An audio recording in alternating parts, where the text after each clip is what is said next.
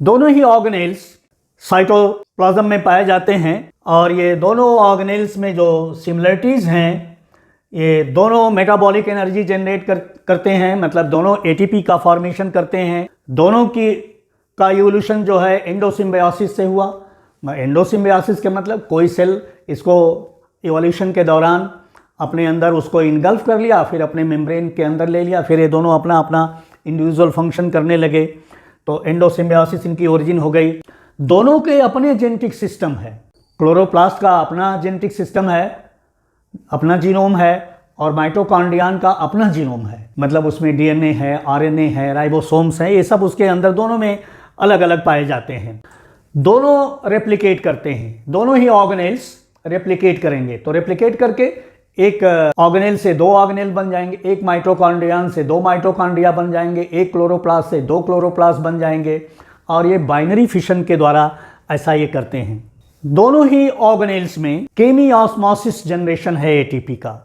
केमिऑस्मोसिस मतलब जो प्रोटॉन का ग्रेडियंट बनता है मेम्ब्रेन के क्रॉस, उसके द्वारा जो है इसमें एटीपी का फॉर्मेशन होता है। जो उसके ग्रेडियंट में एनर्जी स्टोर रहती है, वो एनर्जी जो है हेल्प करती है एटीपी के फॉर्मेशन में। कहने का मतलब इसमें दोनों ही ऑर्गेनेल्स जो हैं मेम्ब्रेन के क्रॉस इलेक्ट्रोकेमिकल ग्रेडियंट बना देते हैं।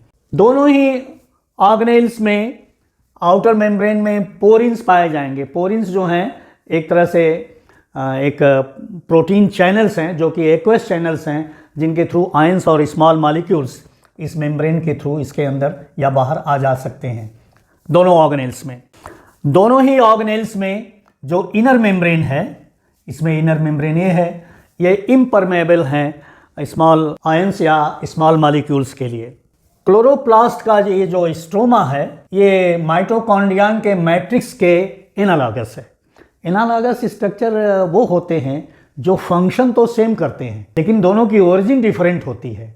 तो ऐसे स्ट्रक्चर्स को एनालॉगस स्ट्रक्चर कहेंगे। जो इसके स्ट्रोमा में एंजाइम्स पाए जाएंगे, उसी तरह की एंजाइम्स इसके मैट्रिक्स में पाई जाती हैं। तो फंक्शनली दोनों सिमिलर फंक्शन करते हैं। इसमें देखिए क्रेब्स साइकिल पाई जाएगी, और क्रेब्स साइकिल के द्वारा आप जानते हैं कि डीकार्बोक्सिलेशन होता है। जो ग्लूकोज का कार्बन है वो टूटता है, एनर्जी का प्रोडक्शन होता है, एटीपी का फॉर्मेशन होता है। तो इस तरह से इनकी ये सिमिलरिटीज़ हो गई। अब इनके बीच में डिफरेंसेस क्या हैं? क्लोरोप्लास्ट और माइटोकॉन्ड्रिया में डिफरेंसेस क्या हैं? क्लोरोप्लास्ट में 3 कंपार्टमेंट्स होते हैं। पहला कंपार्टमेंट आउटर और इनर मेम्ब्रेन के बीच में, लेकिन ये नैरो है, और यहाँ पर देखिए ये स्पेस जो है वाइड है। दूसरा कंपार्टमेंट कौन सा हो गया? दूसरा कंपार्टमेंट हो गया, इसमें स्ट्रोमा है और इसमें ये मैट्रिक्स वाला पोर्शन है। और थर्ड कंपार्टमेंट जो है वो थाइलेकोइड मेम्ब्रेन से सराउंडेड है। ये थाइलेकोइड मेम्ब्रेन है, इसके बीच में जो हॉलो स्पेस है, जिसको थाइलेकोइड स्पेस कहेंगे या इसको ल्यूमेन कहेंगे, वो थर्ड कंपार्टमेंट है। लेकिन माइटोकॉन्ड्रियन में सिर्फ 2 ही कंपार्टमेंट है।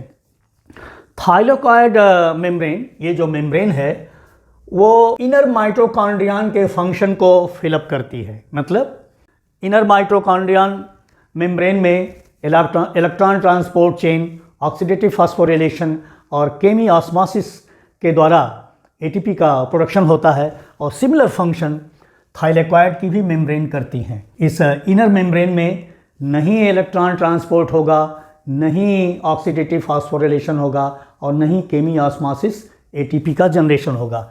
तो इसकी जो इनर मेम्ब्रेन है उसमें ये सारे फंक्शंस नहीं होते हैं, सब थाइलेकोइड की मेम्ब्रेन के द्वारा किए जाते हैं। इसमें जो है इनर मेम्ब्रेन में क्रिस्टी नहीं पाई जाएंगी, फोल्डिंग नहीं होती है। अब माइटोकॉन्ड्रियन की मेम्ब्रेन देखिए फोल्ड बनाती है, जिनको क्रिस्टी कहते हैं।